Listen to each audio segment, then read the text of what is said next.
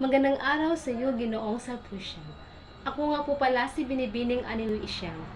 Bilang ang Abril ay buwan ng panitikan na ipinagdiriwang ng Pilipinas, ako po ay nakikilahok sa taunang selebrasyong ito.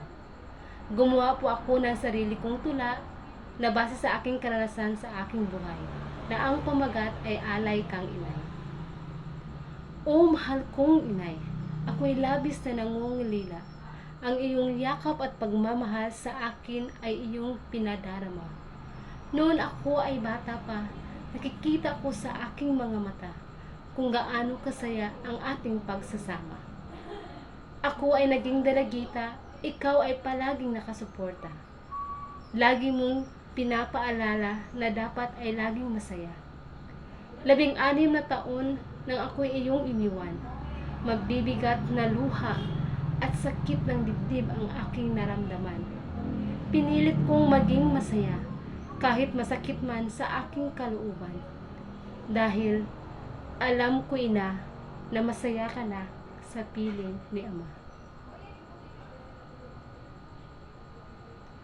Ang lahat ng ito'y aking nalampasan. Panalangin ko sa may kapal, buhay ay pagpalain at maging matibay sa bawat paglalakbay ng aking buhay. Hanggang ngayon, dala-dala ko pa rin ang mga masasayang alaala nang ikaw ay nabubuhay pa. Aking inay, huwag mag-alala. Ako'y nagsusumikap para maabot ang sa akin iyong pangarap. Ang pagmamahal mong hindi matumbasan ay nakatatak sa aking puso't isipan. Kaya aking ina, dala-dala ko ang iyong alaala hanggang sa aking pagtanda at sa aking huling paghinga.